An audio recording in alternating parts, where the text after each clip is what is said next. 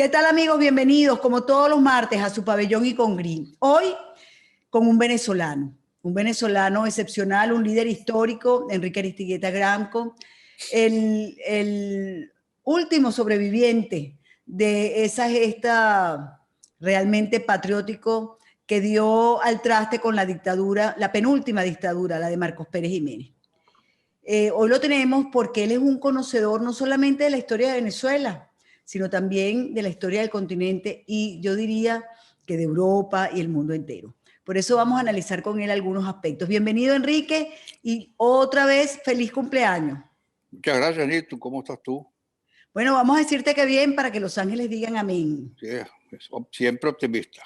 Sí, señor. Y recordándote mucho ese 7 de mayo, día de tu cumpleaños, que es un regalo para todos. Así es, así es. Sí, Muchas gracias, especialmente para mí. Mira, espero seguir coleccionando cumpleaños. No, y que estemos allí, ojalá, con el favor de Dios. Mira, Enrique, yo antes de empezar a ahondar en el tema, quiero ponerte un audio, porque en este momento el señor presidente de México, López Obrador, se encuentra en Cuba, así como el señor Marrero, quien es el primer ministro de Cuba y uno de los más importantes del buró político del Partido Comunista Cubano, se encuentran en Venezuela. Pero antes de ahondar en eso, quiero que escuches lo que dice el presidente de México sobre el presidente o el dictador de Cuba. Quiero también expresar abiertamente mi gran satisfacción por constatar que Cuba tiene un extraordinario presidente, Miguel Díaz-Canel, un hombre honesto, trabajador, humano, una muy buena persona, un buen servidor público y un buen ser humano. Y eso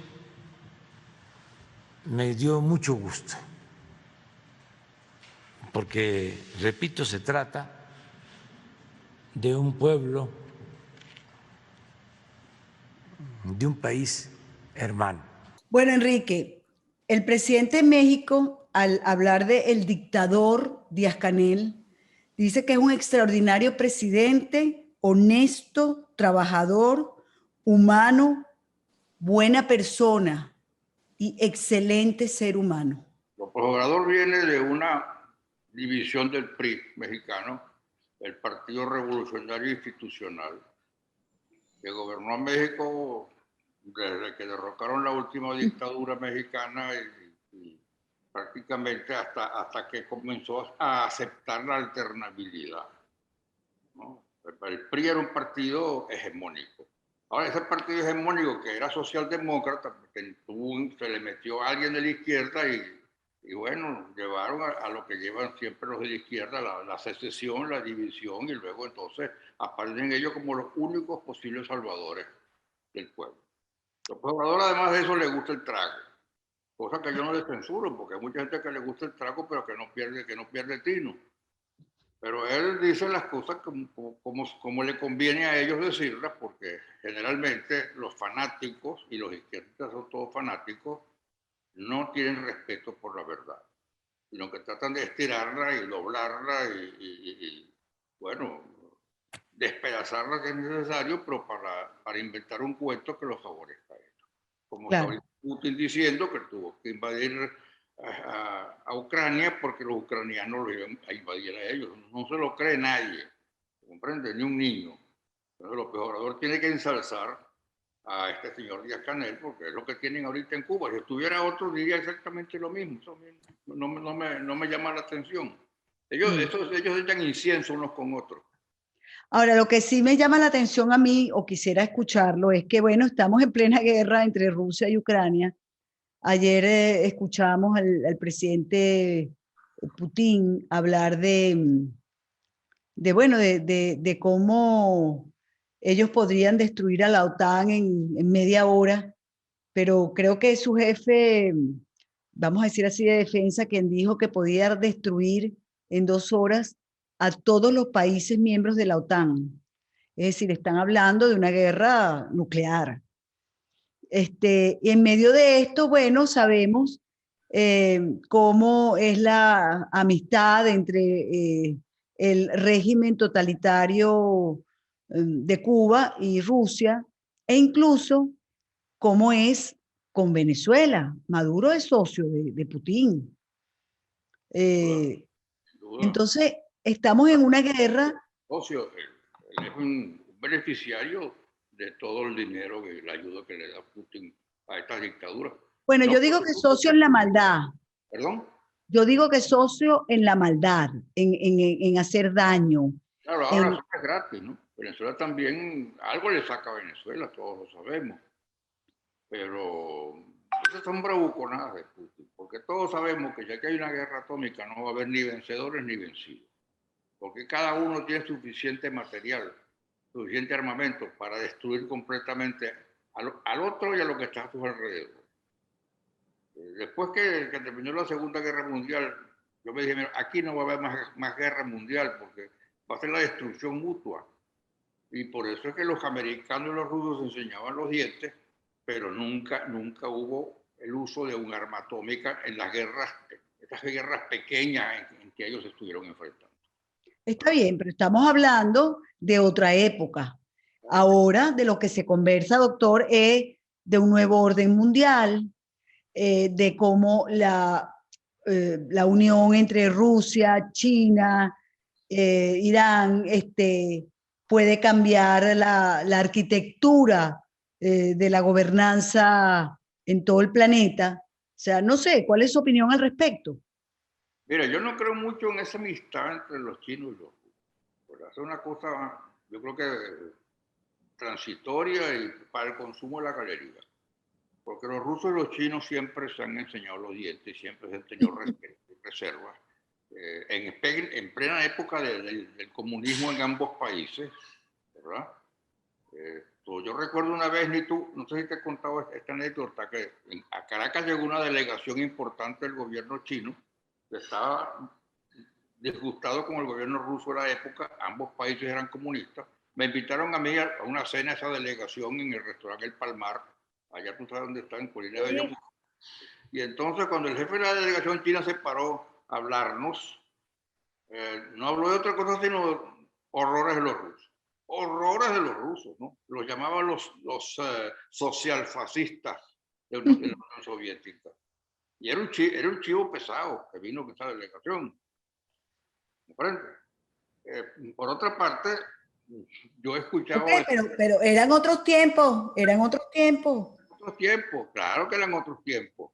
Pero esos recelos, esos celos de los países que son limítrofes, que son potencias los dos, eso es una cosa que permanece a través de los siglos, como los recelos que habían entre Alemania y Francia antes de que se decidieran civilizadamente integrarse en la Unión Europea. Ahora después, en uno de mis viajes a China, yo hice 2 viajes a China invitado por ellos, yo recuerdo que en una de las reuniones que tuvimos fue para que uno de los jerarcas chinos, uno de los jerarcas, perdón, me estoy yendo más adelante. Luego, en una recepción que hubo en la Embajada Soviética en Caracas, en los tiempos de Luis Herrera, que yo pues asistí como iba a todas esas recepciones porque me invitaban, estaba yo conversando con el jefe de nuestra policía política, era Remberto Uzcategui, y se nos acercó el jefe del espionaje ruso, que nosotros sabemos quién era, en Venezuela, a hablar con nosotros, y venía con unos tragos adentro. Entonces aquel buen señor, o mal señor, se dedicó todo el tiempo a darnos una disertación a Remberto y a mí, por qué los blancos teníamos que unirnos contra los amarillos. Esto era un comunista ruso. Increíble, ¿no? Entonces, entre ellos hay eso, que circunstancialmente se pueden poner de acuerdo, hayan sido compañeros de ruta. Sí, pero en el fondo yo no creo que los chinos van a arriesgar una guerra atómica para defender a Putin. No lo creo. No lo creo. Ahora, hay analistas internacionales que dicen que esta guerra entre Ucrania, mejor dicho, este exterminio que está haciendo Rusia, edificaciones, escuelas, hospitales y al pueblo ucraniano, se va a extender en tiempo y en territorio. ¿Qué piensas tú, Enrique? Upa. Mira, mientras sea con armas convencionales, esto pudiera ser cierto, ¿no? Pues ya que son las armas atómicas y no queda piedra sobre piedra. Pero mira, Putin yo creo que no es un loco, yo creo que Putin es un hombre muy frío, porque es un policía que viene de la época soviética. Y él fue el jefe de la policía política rusa en Alemania Oriental, que era el vasallo más leal y más servil que tenía la Unión Soviética en Occidente. Ahora, por una parte, yo no sé hasta qué punto Putin ya, pues el producto, no sé si del vodka o de los años, ha dejado de ser un hombre sensato y frío y calculador. Pero es que eso es lo más peligroso. Sí, pero yo lo que creo que también en la actual Rusia tiene que haber gente en las esferas militares sobre todo que estén preocupados primero por el triste espectáculo que está dando el ejército soviético en Ucrania, no solamente cometiendo actos de verdadero genocidio, sino además que no han podido en unas pocas semanas aplastar un país evidentemente inferior en todo sentido como era Ucrania. Ahora, que ellos vayan a permitir que un hombre que está fuera de sus cabales por alguna circunstancia lleve al país al desastre definitivo, yo no sé, me parece extraño que eso vaya a pasar. Porque en Rusia ellos saben cómo sacarse del camino, ¿verdad? Tradicionalmente así, históricamente, ellos saben cómo apartar a alguien cuando necesitan apartarlo. Y bueno, nada, estamos presenciando esta película desde los primeros asientos y rezando, por supuesto, ¿no? Porque, Y así como estamos viendo esta película de aquel lado del Atlántico, de este lado, por ejemplo, ahorita me acaba de llegar esta información. Este martes se reportó el asesinato en Colombia de Marcelo Pesci, fiscal especializado contra el crimen organizado y con experiencia en las unidades contra el narcotráfico, el lavado de dinero y el financiamiento del terrorismo del Ministerio Público paraguayo. Fíjate la noticia. Este fiscal, Marcelo Pesci, que era un agente especializado contra el crimen organizado, estaba pasando su luna de miel, según tengo entendido, en Cartagena. Y resulta que estaba en una playa, aparecieron unas motos de agua y le dispararon y lo mataron. La esposa quedó viva. Esto es una información de ahorita. Entonces, la influencia de él de celebrar su luna de miel en Colombia, pero dicho para cualquier otro país del mundo. Sí, pero eso te habla, Enrique, de cómo el narcotráfico ha ido tomando toda la región. Claro, y hay una alianza entre el narcotráfico y la izquierda también, porque es eso que les importa de hecho, con tal de llegar al poder. Bueno, lo estamos viendo en Venezuela. Bueno, y te estoy hablando de Petro, te estoy hablando de Colombia. Sí, o sea, ahora vemos que el señor Gustavo Petro está pidiendo una jurisdicción especial para los narcos. Bueno, Gustavo Petro, por supuesto, que es el candidato a los narcos, y no solamente los narcos, sino también de la izquierda, que ha olvidado por completo sus ideologías y todas aquellas cosas que hablaban en contra de la corrupción de la democracia liberal. No. Ellos tienen mucho tiempo, además, en ese ensamblaje. Hace mucho tiempo. Que el narcotráfico financia la extrema izquierda venezolana y americana, ¿no? Y latinoamericana. Es que yo quería hablar especialmente contigo hoy, porque tú tienes mucho tiempo conversando, cada vez que converso contigo, me dices que la democracia hay que repensarla, que no puede ser que se utilicen las herramientas de la democracia para que sujetos como Hugo Chávez, por ejemplo, que dio 2 golpes de Estado, o Petro, que fue partícipe del M-19 y de la voladura o la toma del Palacio de Justicia, donde asesinaron a muchísimos magistrados y otras personas que no eran magistrados, puedan llegar a la presidencia, al ejecutivo de sus países para destruir las democracias. Entonces, es lo mismo, definitivamente Venezuela y Colombia son hermanas siameses, sin duda alguna. Pero eso lo vienen haciendo ya en América Latina con éxito, desde que Chávez llegó a la presidencia. Bueno, mira, a mí me cuesta mucho asimilar que gente que tú y yo conocemos, sabiendo que Chávez era un golpista fracasado, que quiso asesinar a un presidente democrático como era Carlos Andrés Pérez, ¿no? Hubiera llegado a la presidencia de la República, además diciendo que él iba a trabajar con la empresa privada y que iba a respetar la Constitución. Y desde el primer día que llegó comenzó a patear la Constitución hasta que terminó cambiándola. Y tú me dices que la cambió para ponerla todo a su favor. No, él la cambió y le dijo también un barniz de democracia, pero es que él ha violado su propia... Ellos, Chávez, comenzando por Chávez, violaron su propia Constitución. Esa Constitución la han violado de cabo a rabo desde el mismo día que la promulgaron, porque ellos no tienen respeto por la ley, ellos no entienden eso. Ahora, el ejemplo de Chávez, ¿quién lo siguió? Bueno, lo siguió... Daniel Ortega. Al señor Daniel Ortega, y lo siguió el de Chile, y lo siguió el de Perú. Evo Morales, y lo siguió Correa, y lo han seguido todos.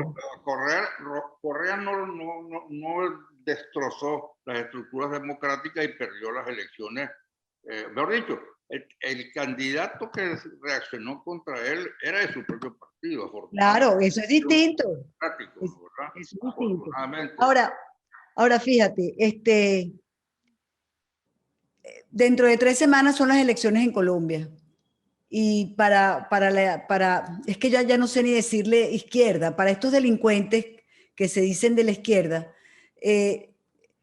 Colombia y Brasil son la joya de la corona, sobre todo Colombia.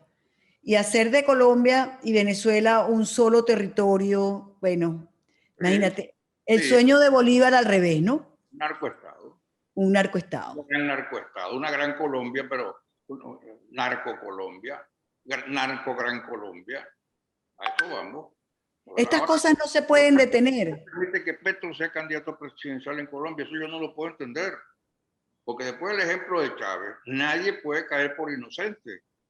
Todo el mundo sabía en el Perú quién era Castillo, todo el mundo sabía en Chile quién era Boris, todo el mundo sabe en Colombia quién es Petro.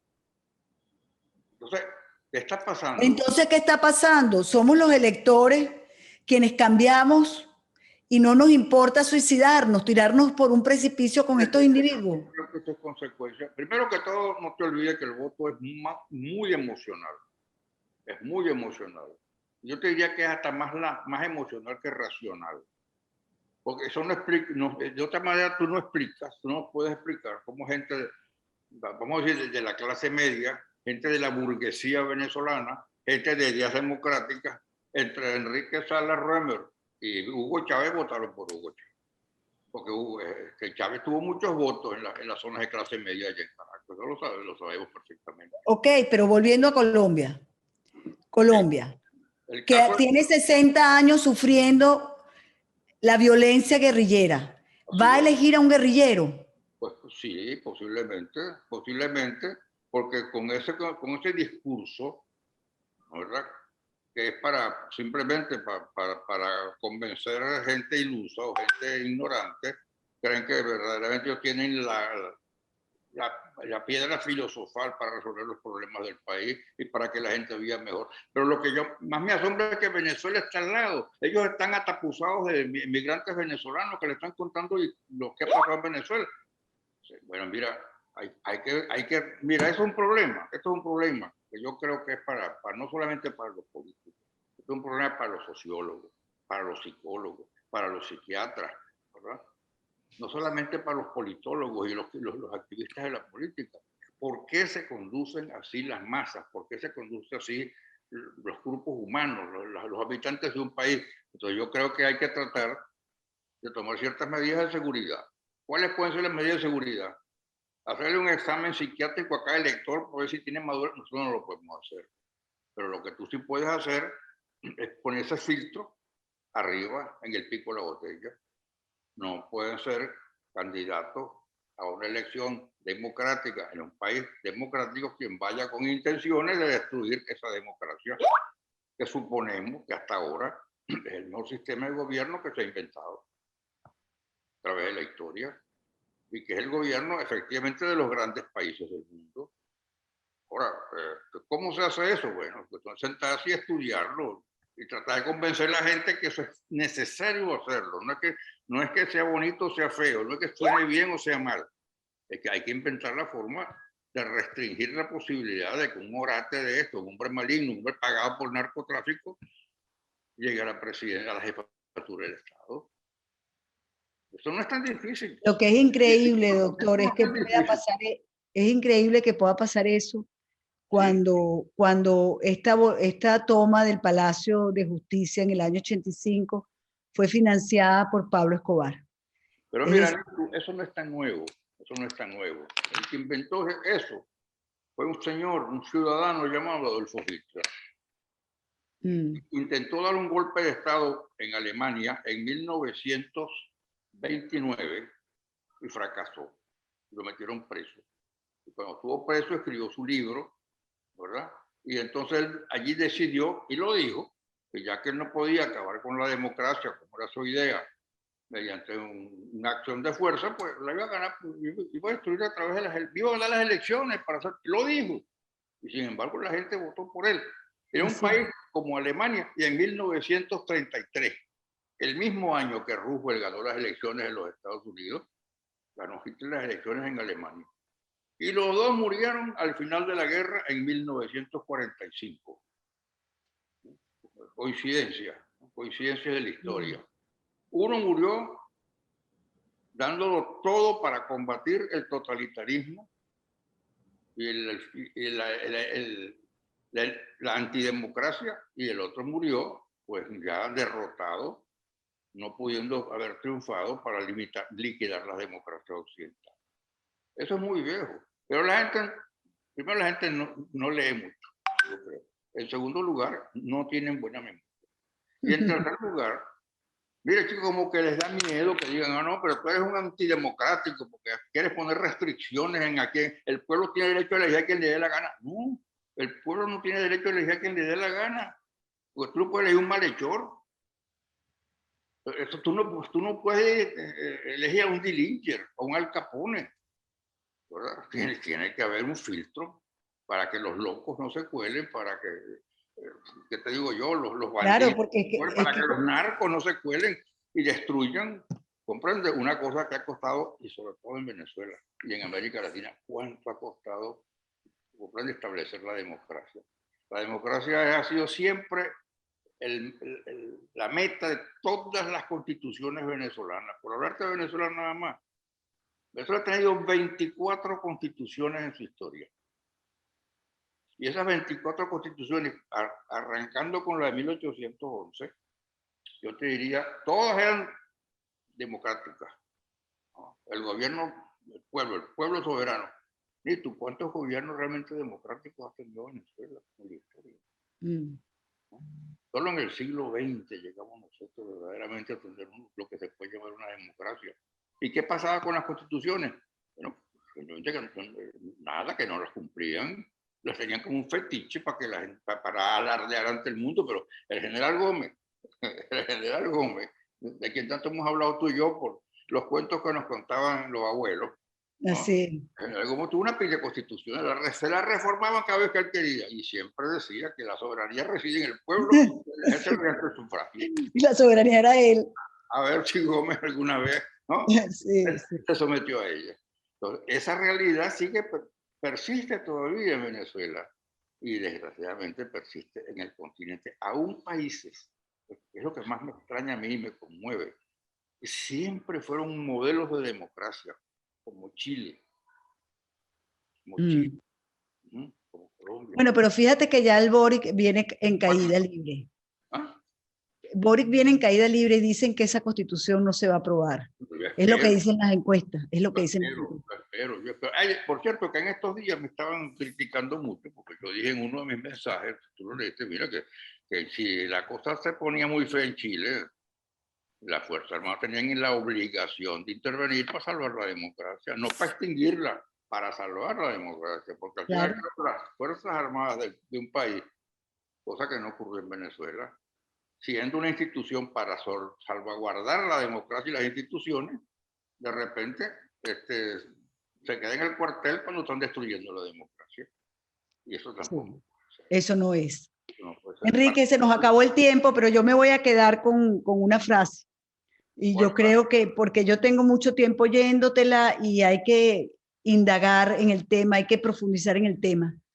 Hay que repensar la democracia porque la están liquidando desde la democracia misma.